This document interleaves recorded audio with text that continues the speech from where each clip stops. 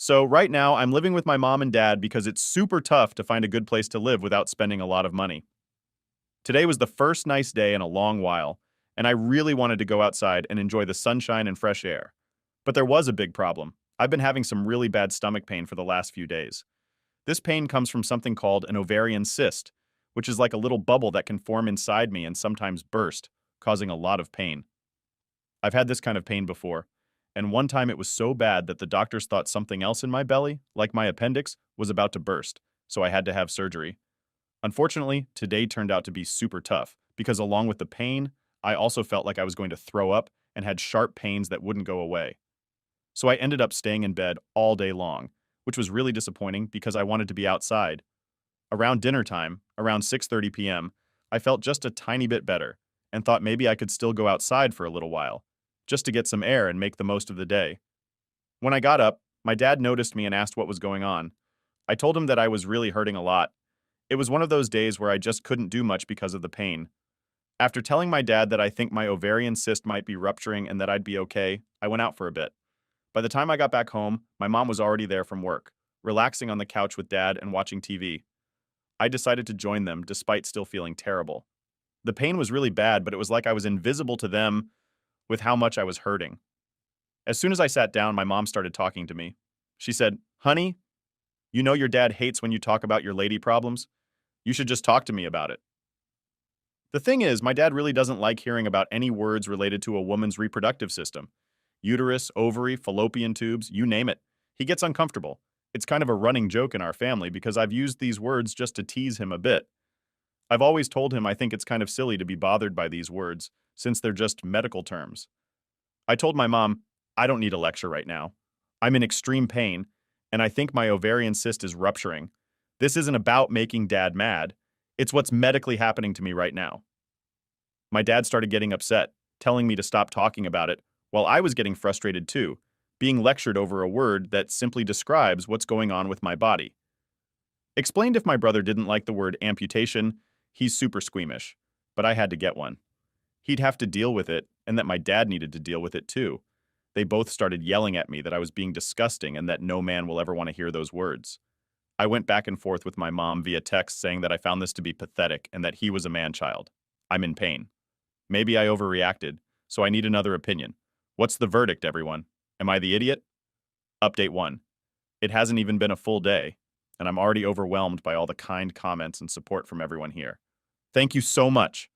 I've got a doctor's appointment set for Wednesday just to check that everything's okay after the recent pain. This morning, feeling a bit bold from all the support, I decided to talk to my mom and showed her all your posts and comments. I was pretty defensive and bracing myself for a big argument. To my surprise, my mom didn't argue. Instead, she started crying. She apologized and admitted that she shouldn't have said what she did. She told me she was wrong, and we ended up hugging it out.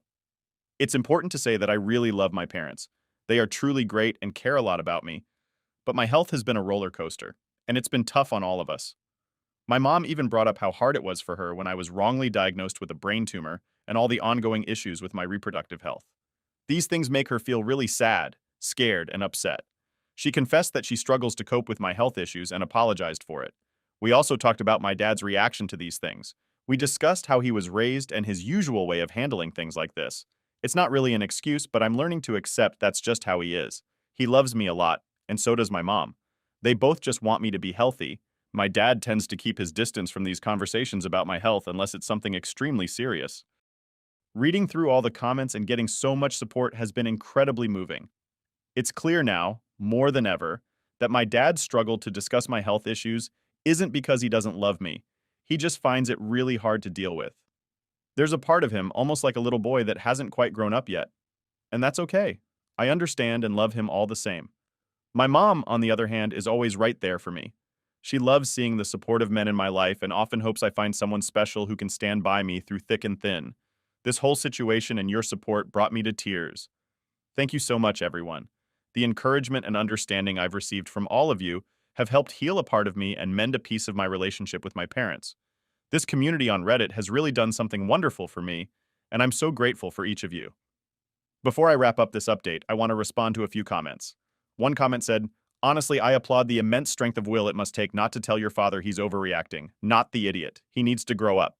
The fact that you are in serious pain and are expected to just not talk about it, to not hurt his feelings, is absolutely ridiculous. They're being extremely insensitive and misogynistic. There is indeed no reason for you to be ashamed or not allowed to express yourself about what you're going through. Reading this, I felt validated. It's tough when the people closest to you don't fully understand or accommodate your feelings, especially regarding something as personal as health. But it's comforting to know that others see and acknowledge my situation. Thanks again to everyone for your insights and encouragement. I hope you'll get better now for the update. Update 2. Hey there, thanks for checking back in for an update. So, I had a doctor's appointment recently, and I was really hoping it would be a super quick one, just to make sure that the cyst I have wasn't a big deal. But, sometimes things don't go as you expect. When the doctor checked with some scans, it turned out the cyst was actually bigger than we thought it would be. That meant I might need surgery again, which was definitely not the news I wanted to hear. Feeling pretty nervous, but also kind of brave because I've dealt with stuff like this before, I went home to tell my parents what was up. My mom got really upset. Her eyes filled up with tears because she was so worried. My dad, well, he didn't say much. He just gave one of those nods, his face all scrunched up like he was trying not to let his feelings show. He's the type who thinks if you don't talk about a problem, maybe it'll just sort itself out. The very next day, I was at home just trying to chill out and not think too much about the whole surgery thing. I was scrolling through my phone when suddenly, I heard my parents yelling at each other downstairs. It was so loud, like thunder, and even though I couldn't hear exactly what they were saying, the anger in their voices was really clear. I'd never heard them argue like that before. It was kind of shocking. Feeling a bit shaky, I went down to see what was happening. And there they were, both looking really mad, their faces all red. It was a lot to take in. The situation at home took a serious turn when I found out that my dad had been keeping a big secret. Some really tough financial problems that were so bad, we could even lose our house. I couldn't believe he hadn't told us about this, especially with my surgery on the horizon and us needing every bit of money we could get. It felt like a huge betrayal, as if the ground had just vanished beneath my feet. In the heat of the moment, I lost my cool and called him selfish. Maybe calling him selfish was too harsh, but I was full of fear and pain. Mom tried to calm things down, but I was too upset and just had to get out of there. I needed some fresh air and a chance to clear my head, so I ended up at a friend's house. She was awesome about it all. She listened to me, made some tea, and just let me talk. Even with her support, I couldn't stop feeling guilty.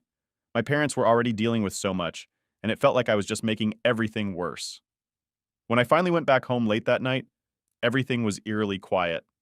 The house was all dark, adding to the gloomy feeling. On the kitchen table, there was a note from Mom saying she'd gone to stay with her sister for a while because she needed some space to think things through. Dad was in the living room, just staring into space, looking like a broken man. I tried to talk to him, but all he could do was mumble about how he felt he had failed us. It seemed like he had completely given up hope. It was tough to see him like that, and the whole situation just felt overwhelmingly sad. The next day, I ended up going to the hospital by myself. I didn't really want to go alone, but after everything that had happened, I just couldn't bring myself to face my parents yet. The surgery turned out to be more difficult than anyone had anticipated. There were some complications, and when I woke up, I was greeted by nothing but pain and the empty quiet of the room. No flowers, no cards, and most notably, no family. It was in that lonely moment that I truly realized how much I missed having my mom there, with her soothing words and comfort. Even my dad's awkward, clumsy attempts at support seemed precious now. When I was well enough to leave, they sent me home with a bunch of medications and a stern instruction to take it very easy. The house was exactly as I had left it, cold and unwelcoming.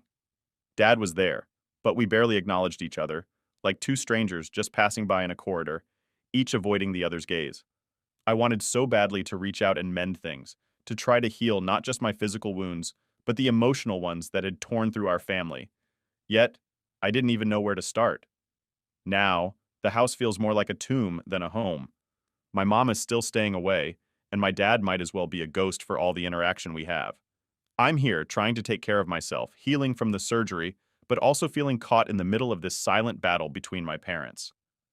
I keep replaying that argument with my dad and the way I pushed my mom away, wishing more than anything that I could take back my harsh words.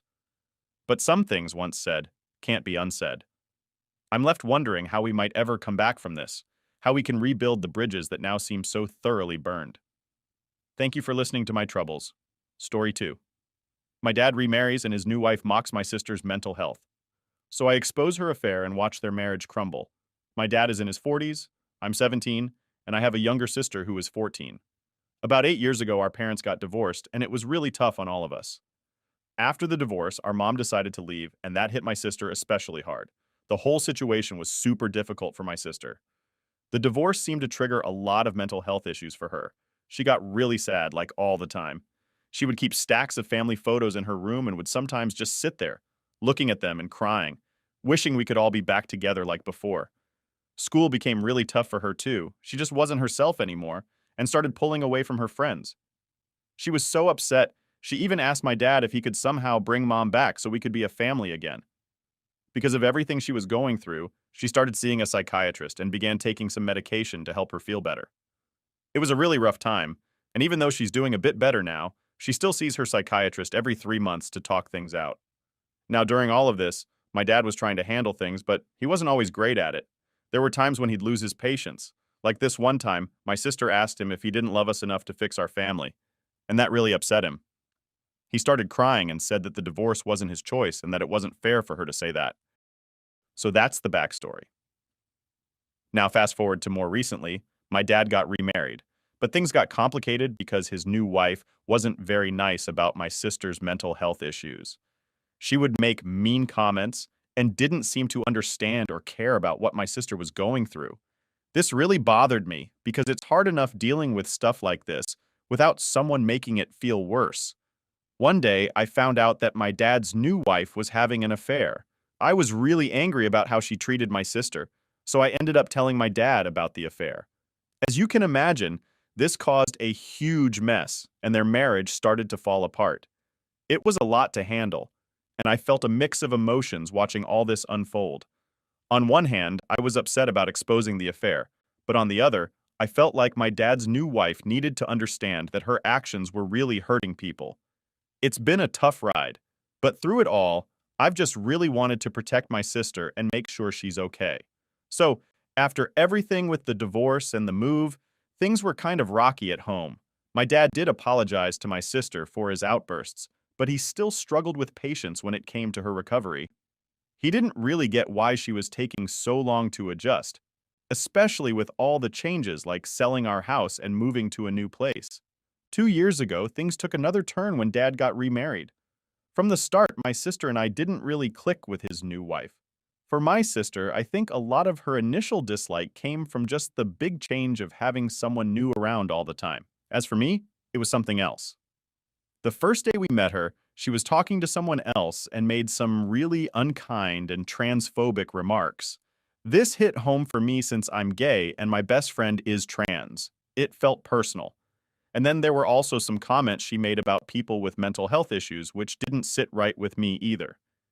Despite all this, Dad knew how we felt about her, but he loved her and decided to go ahead and marry her anyway. For a while, they seemed really happy together. They even had a baby recently. But my sister and I, we've been pretty clear that we're not interested in acting like babysitters or spending a lot of time with the baby. Things got more tense when my sister bluntly told Dad's wife that she didn't see the baby as her sibling and was looking forward to moving out so she wouldn't have to see them again. It's been a tough situation because it feels like every step forward somehow still brings us back to these moments of conflict and discomfort. My dad is caught in the middle, trying to balance his new family with his responsibility to us. It's just a lot for everyone to handle, and it feels like we're all waiting to see how everything will eventually settle down, if it ever does. In this tangled family situation, things have been getting even more complicated and stressful lately. My dad and his new wife's marriage is on the rocks, and he's pretty worried that they might be headed for a divorce. He's been really down, spending a lot of time moping around the house when they aren't in marriage counseling trying to work things out. Just a few days ago, he told us that our unwillingness to embrace his new family was going to ruin his marriage. This didn't sit well with my sister at all. She shot back at him, reminding him that none of this, none of the decisions that led us here, was her choice. She told him he needed to grow up and accept the situation as it is now, mirroring the harsh words he had used with her years ago when she was just 6 and struggling after our mom left. This really got under Dad's skin, and he expected me to support him, but I couldn't. I reminded him of how he had treated her back then and pointed out that he chose to marry someone despite knowing that we had valid concerns about her. After this, Dad went to my grandparents, and they confronted me. They told me I was being unfair to Dad, who was just trying to keep his second marriage together. They also said that after what happened with our mom, I should be more sympathetic towards him. This left me wondering if I was in the wrong for sticking up for my sister and expressing our feelings honestly. Now, for a few comments before the update. Comment 1. Not the idiot, but I want to be clear, your sister is wrong to blame your dad for not putting her family back together. Your mother vanishing and not being in your lives is her fault, not his. However, it is his fault for how he chose to handle a struggling, grieving 6-year-old, and it is his fault for marrying a bigot. It's not you or your sister's responsibility to make his marriage work out. Maybe her being hateful has something to do with it. Comment 2. You're the idiot. You blamed the divorce on your father, even though nothing you wrote indicated that it was his fault. And the fact that you're living with him is a solid indication that your mother is the one who abandoned the family. Maybe you should figure out what your shitty mother did wrong and why she evaporated on you. Now, for the update. Thanks for catching up with my last post. Here's what's been going down. So, the other day I found out that Dad's wife, let's call her Karen, was spreading rumors about my sister. She was telling her friends that my sister's mental health issues were a ploy for attention and that she was manipulating Dad. I was livid. I mean, who does that? My sister has been through enough already. I confronted Karen about it and she just shrugged it off, saying that in her day, people didn't get so bent out of shape about these things. That's when I lost it and told her she had no idea what she was talking about. Dad overheard and sided with her, saying I was being disrespectful. Can you believe that? But wait, it gets worse. Dad's been acting strange, and I found out he's been meeting with Mom behind our backs. He said it was to discuss our well-being, but I caught them at a cafe, laughing like old times. It felt like a betrayal. My sister was devastated when I told her. She's been clinging to this hope that they'd get back together, and seeing them like that, it just broke her. Then out of nowhere, Karen announced she's pregnant again. Dad was over the moon, but my sister and I felt like we were being replaced. It's like they're trying to start a new family and forget we exist. The next day, my sister had a meltdown at school. She ended up in the hospital because she couldn't breathe. It was a panic attack. Dad blamed me, saying I stirred up trouble by telling her about him and Mom. He said I was tearing the family apart. I couldn't believe he was pinning this on me after everything. Now here's the real kicker. Karen's been cheating on Dad. I saw a text on her phone from some guy, and they were planning to meet up. I told Dad, and he was in denial at first, but then he caught her red-handed. It was a mess. They were screaming, and she admitted she never wanted this life or the baby. She just wanted Dad's money. Dad was crushed. He apologized to us for not seeing what was going on. He said he'd been so focused on keeping his new family together that he'd neglected us. I wanted to feel sorry for him, but part of me thought he had it coming. He'd ignored all the signs because he didn't want to be alone again. Now Dad's talking about divorce, and Karen's trying to take everything from him. She's even fighting for custody of their child, saying Dad's an unfit parent, because of the environment my sister and I create. It's insane. She's the one who cheated, and now she's playing the victim. Amid all this chaos, my sister's been getting worse. She's not eating, not sleeping, and her therapist is really worried. Dad's too caught up in his own drama to see how bad it's gotten. I've been trying to hold things together, but I'm just a kid myself. And then, as if we needed more on our plate, Mom showed up at our door. She heard about Karen and wanted to be there for us. It felt like a slap in the face. Where was she when we needed her all these years? Dad let her in, and they've been talking about fixing things. I can't help but feel like this is just another disaster waiting to happen. So yeah, that's the update. It's been a rough few days, and I'm not sure where we go from here, but thanks for reading. Story 3. My longtime friend turned girlfriend cheats after I pay her bills and offer my home, so I cut her off and buy my dream house without her.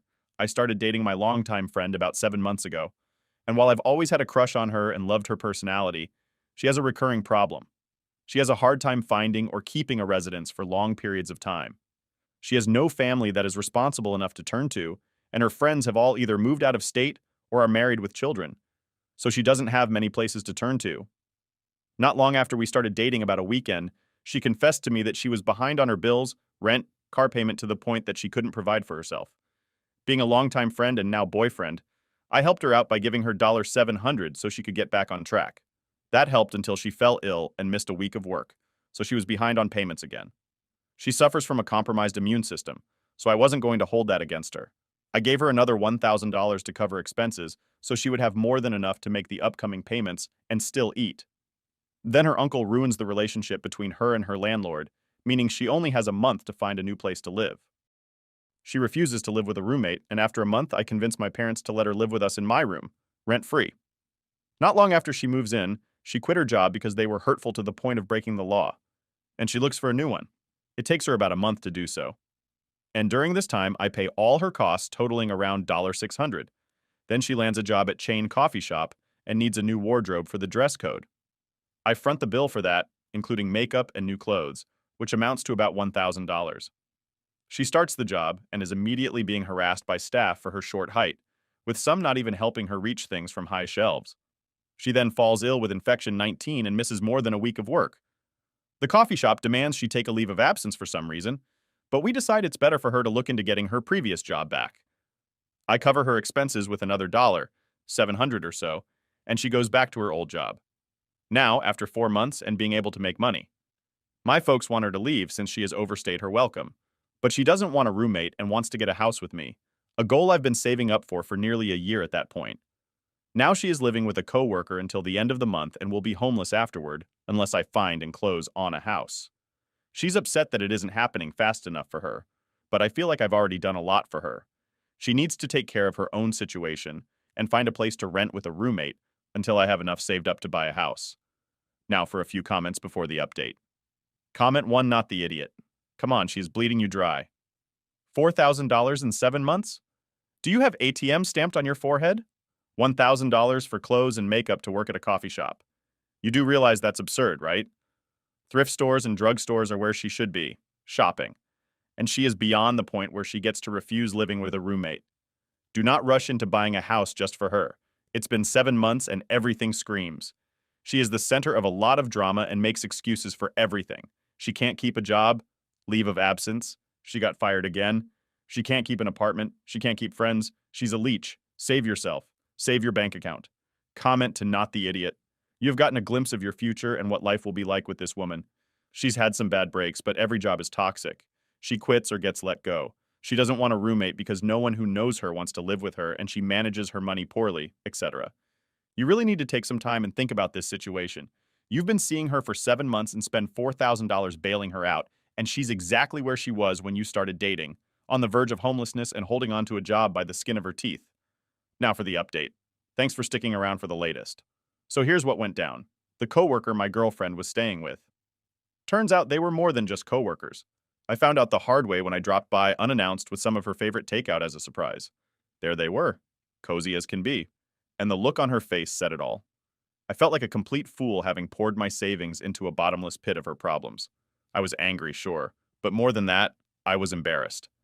I had ignored all the red flags because I thought our history meant something.